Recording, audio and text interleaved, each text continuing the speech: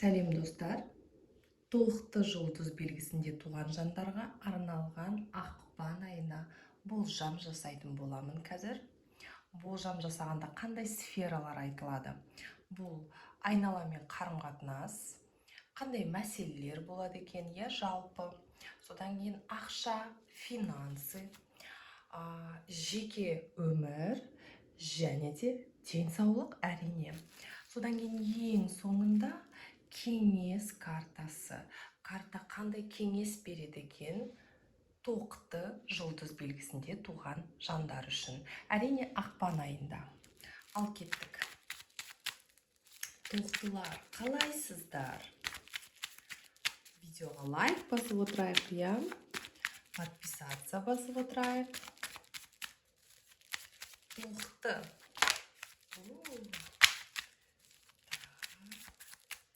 Айналамен қарым-қатынас қандай болады екен? Тоқтылар, байқаңыздар. Бір жанжал болуы мүмкін біріншіден. Содан кейін, мысалы үшін, біреумен бір, қалай айтса болады, бір мақсат болса, біреумен бір қарым-қатынас, соның орындалмай қалуы мүмкін. Біреумен серіктестік, бір жұмыс болса, сол жерде конфликт, жанжал болуы мүмкін. В общем, бір суықтық кезеңі десе болады ақпан айында. Айналамен қарым-қатынаста бір жанжал, суықтық, түсініспеушілік деген дүниелер орын алуы мүмкін. Ары қарай кеттік. Қандай жалпы мәселелер туындайды екен ақпан айында?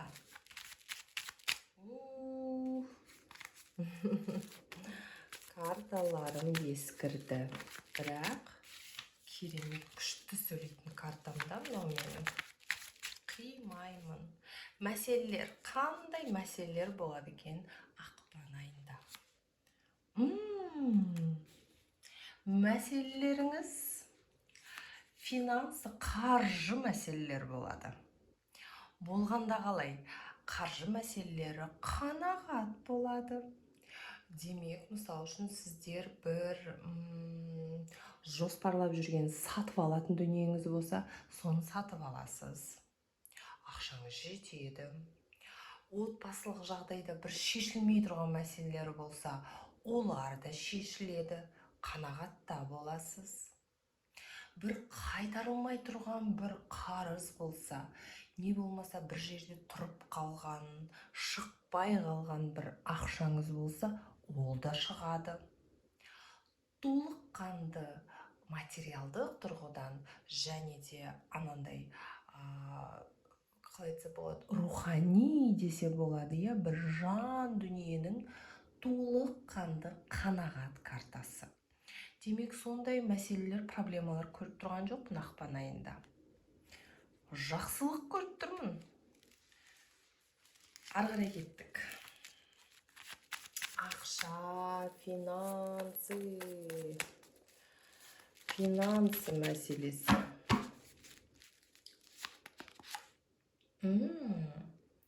Финансы. Так.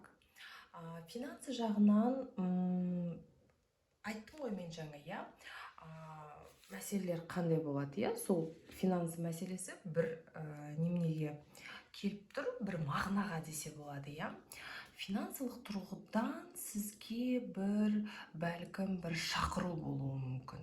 Жұмысқа шақыру, немесе бір проектке шақыру, не болмаса бұрыннан келе жатқан бір ақшаңыздың келуі. Және де, мысал үшін, сіз немен айналсам болады деп түсінбей, басыңызға келмей жүрсе, соны бір ойыңыз оянады, қызығушылық пайда болады. Бірдемені табасыз, мен осымен айналысқым келеді деп. Сондай дүние ғой. Әрине, финансылық тұрғыдан. Ары қарай кеттік. Жеке өмір. Жеке өмір қалай болады екен? Тоқтылар, керемет. Тоқты мен сіздерге өте қуаныштымын, өйткені раскладтарыңыздағы карталар керемет түсіп тұр. Бұл дегенің, егер сіз отбасы болсаңыз, онда отбасыңызда керемет бір кезең болады ақпан айында. Сондай тыныштық, берекелік, қанағат. Андай болады ғой, бір жылы обстановкада отбасымен қыдыру, отбасымен бірге болу, толыққанды қанағат, бір-бірлеріңізді түсінесіздер, прям күшті.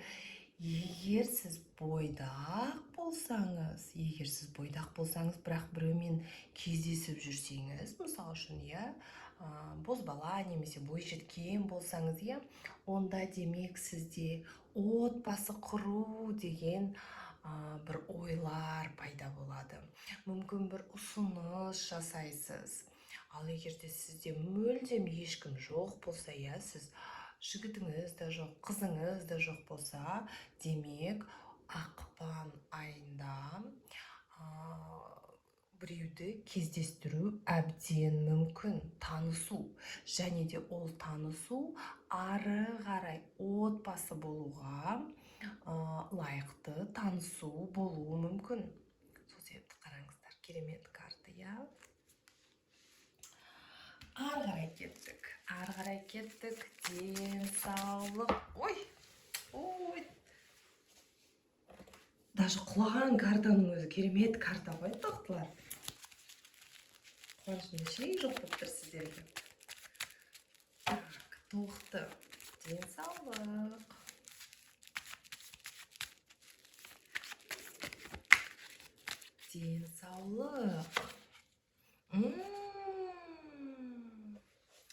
Денсаулық жағынан да күшті карта түсіп тұр, тоқтылар. Біріншіден, мысалы үшін сіз ауырып жүрсеңіз, оның алдында қаңтар айында, желтоқсан айында, мысалы үшін демек сіз ақпан айында күш-жігер жинайсыз. Бір әрекет картасы. Мүмкін сізде бір созылмалы ауру бар шығар, например. Мысалы үшін, кешіріңіздер, орысшамды қосып қоямын, енді жаман комментарийлар жазбаңызшы. Мен барынша тырысамын қазақша сөйлегенге. Маған ұят әрине, бірақ мен барынша тырысамын. Орысша кетіп қалса, енді сондай мені сөкпеңіздер, жақсы. Бір созылмалы ауруларыңыз болса, онда демек ақпан айында сіз сол аурумен күресуге әбден сондай күш-жігерде боласыз. Әрекет картасы. Мүмкін ауруханаға барасыз. Мүмкін физикалық тұрғыдан бір әрекеттерді бастайсыз, зарядка жасап. Не болмаса арықтау, неше түрлі марафондар. Демек, бұл әрекет айы. Ешқандай ауру, депрессия, онда ештеңе көріп тұрған жоқпын. Керісінше әрекет. Ал енді тоқтылар, соңғы кеңес картасы.